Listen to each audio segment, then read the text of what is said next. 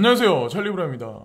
시장의 불안감이 변동성이 증대하면서 여러분들 불안감도 아마 되게 많이 올라가고 있을 거예요. 근데 여러분들 아마 아시겠지만 양적 완화는 지금도 이제 진행 중인 거고, 그 와중에 바이든 행정부에서 이제 바이든 대통령이 직접적으로 언급을 하셨죠. 6트릴리언 달러를 2022년도 예산에 편성하는 계획을 가지고 있다.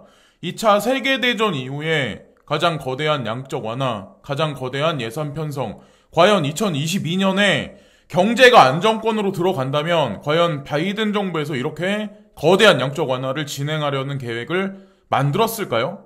전 세계 경제 흐름이 어떻게 가냐부터 우리가 알아야, 그리고 금리의 기조에 관해서 우리가 알아야 조금 더 이제 코인 투자하는데 좀 큰 그림을 볼 수가 있거든요. 그리고 저도 제가 예전에 이제 금은 투자했을 때부터 습관적으로 이제 이런 거를 좀 많이 봤었어요. 그래서 오늘 영상에서는 오늘 아마 첫 번째 영상에서 이제 제가 말씀드렸다시피 9천조 원 규모의 자금을 굴리는 블랙록이라는 그런 자산 운용사가 있거든요. 여기가 아마 전 세계에서 아마 세계 최대일 거예요. 레리 핑크라는 그분이 여기 CEO인데, 그래서 2021년 글로벌 전망에 관해서 새로운 투자 질서, 뭐 이렇게 해서 뭐 뉴 노멀의 시대 해가지고 뭐 그런 식의 어떤 의견이 이제 피력이 되게 많이 집중적으로 녹아 있는 그런 보고서인데, 제가 이걸 보면서 이제 여러분들한테 말씀드리고 싶은 게 뭐냐면, 사람에 따라서 이런 거를 이제 보고 느끼는 사람도 있고 느끼지 못하시는 분들도 분명히 있어요. 왜?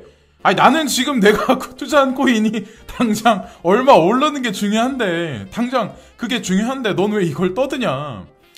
근데 코인 투자는 그렇게 하시면은 백전백패예요. 예, 제가 분명히 말씀드리지만 이런 걸 알아야 2016년에 뭐 몇십만 원 주고 비트코인 산 사람도 있을 거고, 지금 4천만 원이 거의 가까이 되는 비트코인을 지금 들어와서 지금 융자 받아가지고 집 대출 받아서 사시는 분들도 분명히 있을 거란 말이에요.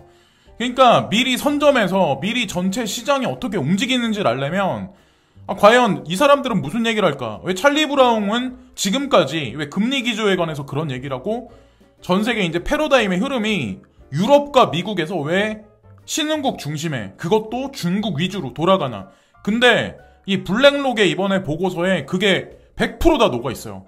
그리고 금리 인상이 없을 거라는 거에 관해서 제가 말씀드리는 게 이번 보고서에도 딱 정확히 다 들어있어요. 그래서 제가 설명해서 일단 딱 보여드리면, 제가 딱 읽어드릴게요. 코로나로 인해서 미국과 중국을 중심으로 세계 질서가 양극화되고 글로벌 공급화 재편되는 등 지정학적 추세가 가속화되었습니다. 이 변화는 탈세계화가 아닌 세계가 새로운 질서에 적응하는 것에 더 가깝습니다. 자, 팬데믹으로 인해서 정책 혁신도 촉발되었습니다. 재정 당국과 통화 당국 간의 전례 없는 협력이 정책 환경을 뒤바꿔 놓았습니다. 글로벌 금융위기 이후와는 달리 재정 긴축의 징후는 보이지가 않습니다.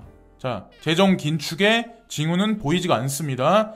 불평등 완화를 위한 정치적 움직임은 지속적인 정부 지출과 부채 증가를 촉진할 것입니다. 이거는 양적 완화를 지속적으로 하겠다는 의미를 이 문장에 표현한 거예요. 예, 이걸 아마 이 뜻을 이해를 못하신 분도 있겠지만, 제가 아침에 영상에서 말씀드렸죠.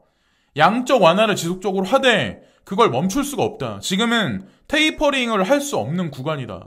근데 어떤 분이 이제 댓글에 제넷 옐런 의장이 언제 뭐 약달러에 관해서 그거에 관해서 뭐 얘기했냐라고 이제 저한테 말씀하시는데, 뉴스를 보실 때 그냥 저는 좀 약간 단편적으로는 안 보거든요. 그러니까 이런저런 뉴스, 그냥 전반적인 상황을 보고 그냥 결론 도출을 해요. 그래서 언제서부터 언제까지는 이렇게 가겠구나, 그런 생각을 하는데, 그래서 이 보고서를 제가 어디서 이제 구해가지고 구글링 서칭하면 블랙록 보고서를 찾으시면 이게 딱 나와 있거든요. 그래서 차라리 이걸 보고 그냥 더 스탠다드하게 이거를 더 믿으시는 게 낫지 않을까, 찰리 브라운 의견보다. 근데 제 의견하고 너무 똑같기 때문에 공급망 복원력에 초점이 맞춰지면서 생산 비용이 증가할 것으로 예상되고, 이러한 환경에서 대기업의 가격 결정력이 더 높아질 것이라는 우려가 영향을 미친 것으로 보인다. 종합하면 시장이 인플레이션 리스크를 중요치 않게 받아들이는 것으로 보이며, 현 시점의 인플레이션 리스크는 지난 경기 팽창의 리플레이션 논쟁과는 결이 매우 다릅니다. 무슨 의미냐면 분명히 그 미국 정부에서 연준에서 이제 파월 의장이 그런 얘기를 했죠. 인플레이션이 2%가 넘기까지 우리는 노력을 할 거다. 근데 여기서 말하는 건 뭐냐면 블랙록에서 말하는 거는 인플레이션이 올라간다고 하더라도 실질적인 인플레이션이 올라간다고 하더라도 재정 기축 정책은 일어나지 않을 가능성이 높다. 과거와는 상당히 많이 지금 틀리다. 그래서 멈출 수가 없다.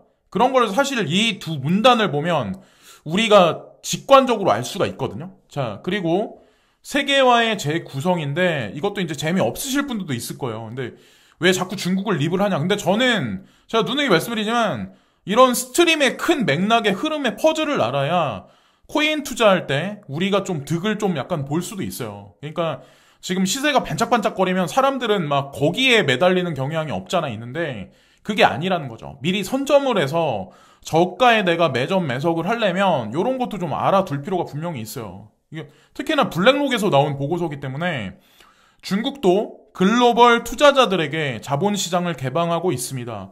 따라서 이 흐름은 단순한 탈세계화로 볼 수는 없습니다. 블랙록은 중국을 신흥국가 구별하고 전략적 포트폴리오의 핵심으로 간주를 합니다. 분산 투자와 수익률의 관점에서 중국 자산에 대한 투자 논지가 명확해 보입니다. 수많은 글로벌 투자자의 중국 투자는 여전히 과소한 상태이며 글로벌 지수에서 중국의 비중이 늘어나고 있으므로 앞으로 꾸준한 유입이 예상됩니다. 높은 부채, 위에나 가치 하락, 미국과의 갈등은 리스크의 요인입니다. 하지만 이 부분에 대해서 투자자에게 보상이 따릅니다. 자, 무슨 의미인지 나왔고, 자, 그리고 선진국의 재정 부양책이 세계 성장률에 미치는 긍정적 파급 효과, 보다 예측 가능한 바이든 행정부의 무역 및 대외 정책, 미국의 마이너스 실질금리로 인한 달러 약세 전망 등을 이유로 전술적 차원에서 전반적인 신흥국 주식의 비중 확대 포지션을 취합니다. 일본 주식에 대해서는 비중 축소 포지션을 취합니다. 다른 아시아 시장과 전반적인 신흥국 시장에 비해 세계 무역량 증가의 수혜를 덜 입기 때문입니다. 달러와 약세는 엔화 상승을 초래하여 일본의 수출을 압박할 수가 있습니다. 그러니까 전 세계에 있는 모든 자본들이 중국과 특히나 이제 중국을 위시해서 한국으로 몰려올 가능성이 높다. 대만, 말레이시아 이런 국가들이라고 이제 보시면 돼요. 바이러스와 관련 상황 전개도 또 다른 핵심의 요인입니다. 아시아, 그러니까 일본 제외, 주식 및 아시아 채권에 대해서는 비중 확대 포지션을 취합니다. 중국과 기타 아시아 국가들은 코로나 바이러스를 더 효과적으로 억제해 왔으며 코로나 이전 추세 성장률에 복귀하는 속도가 다른 지역보다 훨씬 빠릅니다. 자, 제가 뭐 예전에도 아마 그런 거 영상을 보여드린 적이 있었겠지만 사실 코로나로 인해서 경제가 같이 팬데믹 사태가 빠진 건 사실인데 유럽하고 미국보다 북미보다 좀 빠르게 회전해서 빠르게 회복하는 거는 사실 동아시아예요. 그래서 제가 누누이 제 영상에서도 동아시아가 앞으로 전 세계 패권의 중심지가 될 거다라고 말씀드렸죠. 그리고 유태인들이 어떻게 보면 그 백사이드에 있어가지고 그들이 에너지 파동을 이쪽으로 몰아가고 있는 걸 수도 있어요. 그건 중국의 힘에 의해서 그런 게 아니라 사실은. 근데 또 여기서 그런 사람들도 있을 거야. 중국으로 그렇게 몰아놓고 나중에 양떨깎기 한다라고 말씀하실 분이 있을 거야.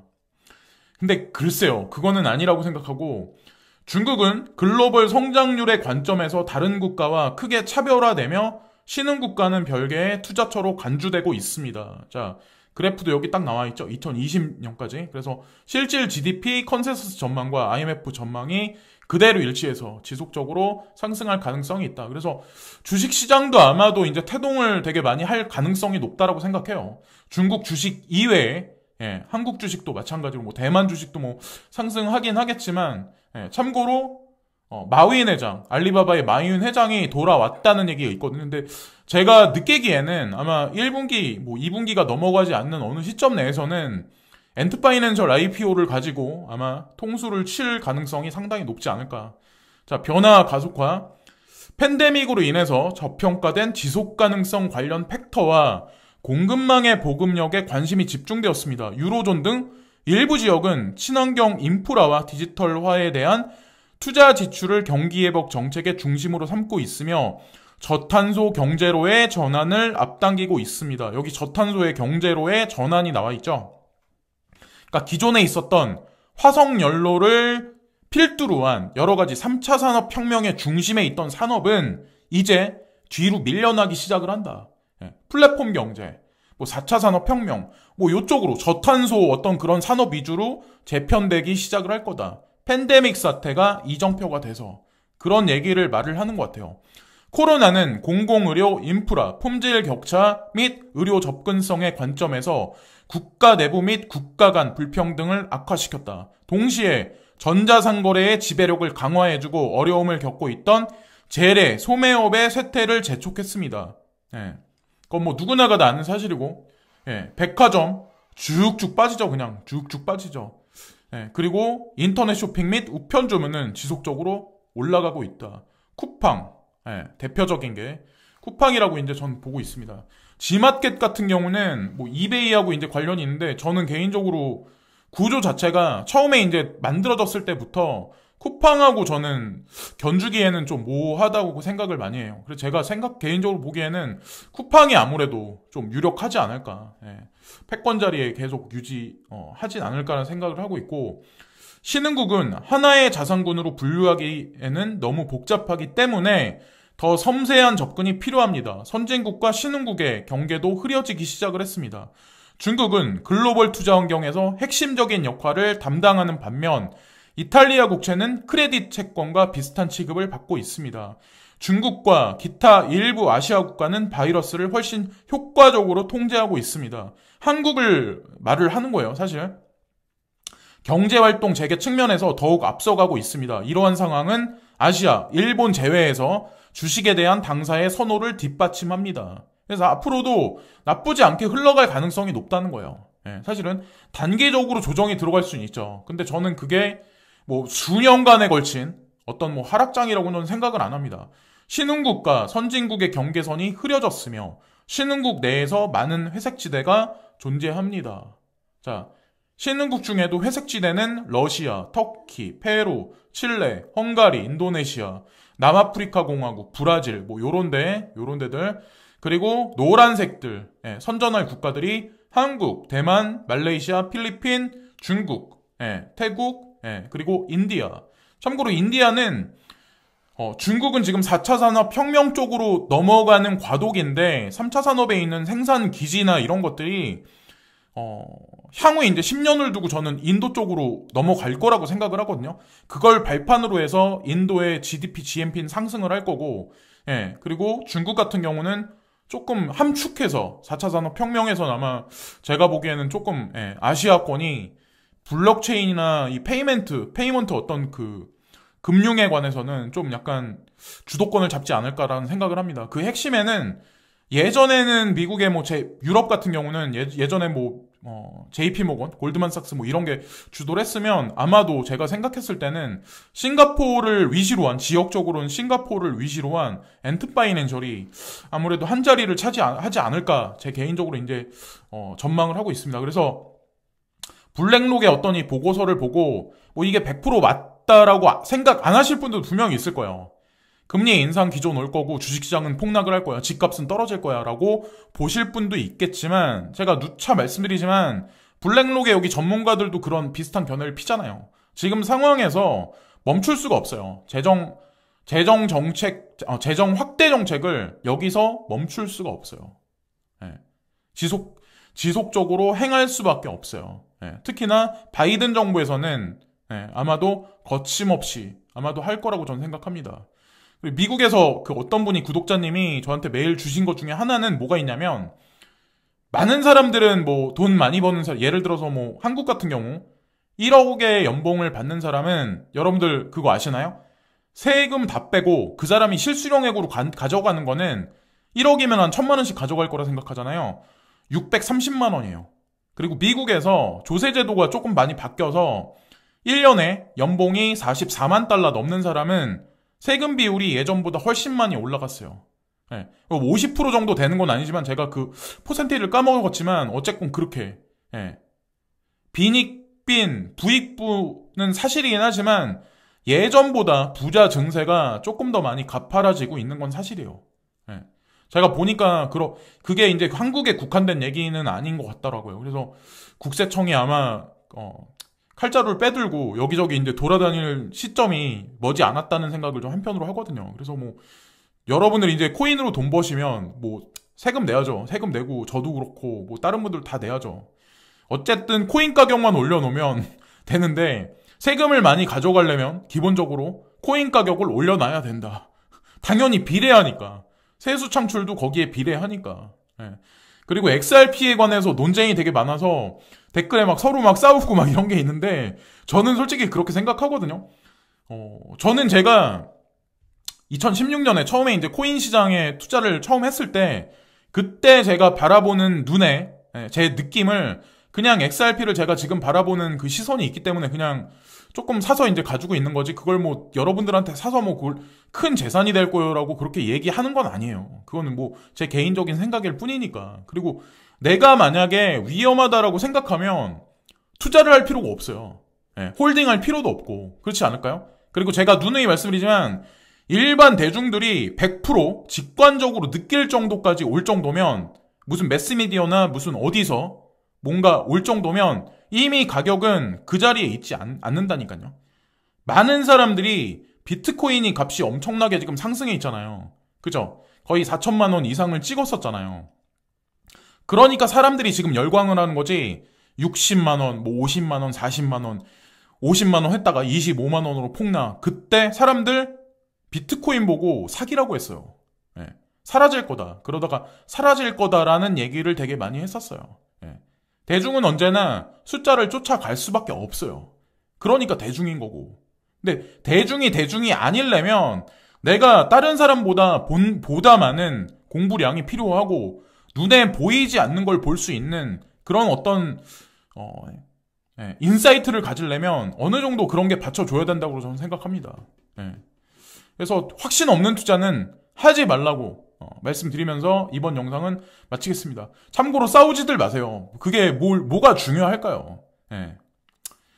어차피 뭐 결론을 날 텐데. 지금까지 찰리 브라운이었고요. 구독과 좋아요 부탁드리면서 이번 영상도 마치겠습니다. 감사합니다.